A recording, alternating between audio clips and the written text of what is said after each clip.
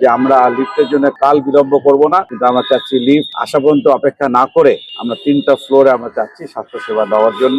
আমরা আসলে এটা নিয়ে আমরা খুব গুরুত্ব সহকারে দেখছি, যার ফলে আজকে আমরা এখানে মিটিং করলাম এবং মিটিং আমরা সিদ্ধান্ত নিয়েছি যে আমরা ইনশাআল্লাহ 30শে এপ্রিল থেকে অথবা 15ই মে এর মধ্যে আমরা 4টা ফ্লোর, কারণ এখানে আপনার জানেন লিফটের যে আনার সময় লাগছে, লিফটটা চলে আসবে আগস্ট মাসে, কিন্তু আমরা চাচ্ছি লিফট আসা পর্যন্ত অপেক্ষা না করে আমরা 3টা ফ্লোরে আমরা চাচ্ছি স্বাস্থ্যসেবা দেওয়ার জন্য।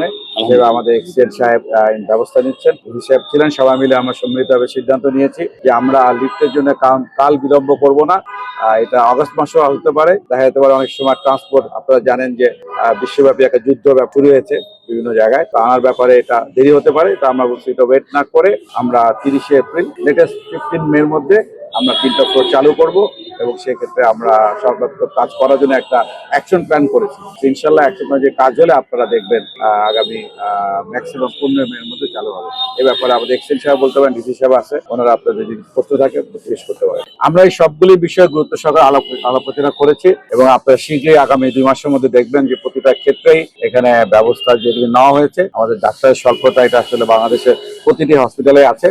তারপর আমরা প্রায়োরিটি বেসিস আমরা কিছু ডাক্তারের সাহেবদের নিয়োগের ব্যবস্থা নিচ্ছি এবং যন্ত্রপাতি যেগুলি সমস্যা আছে সেগুলো দ্রুত রিপ্লেস করা হবে। ইনশাআল্লাহ আগামী 2 মাসের মধ্যে সবচেয়ে একটা আগের চেয়ে আপনারা বেটার সার্ভিস পাবেন।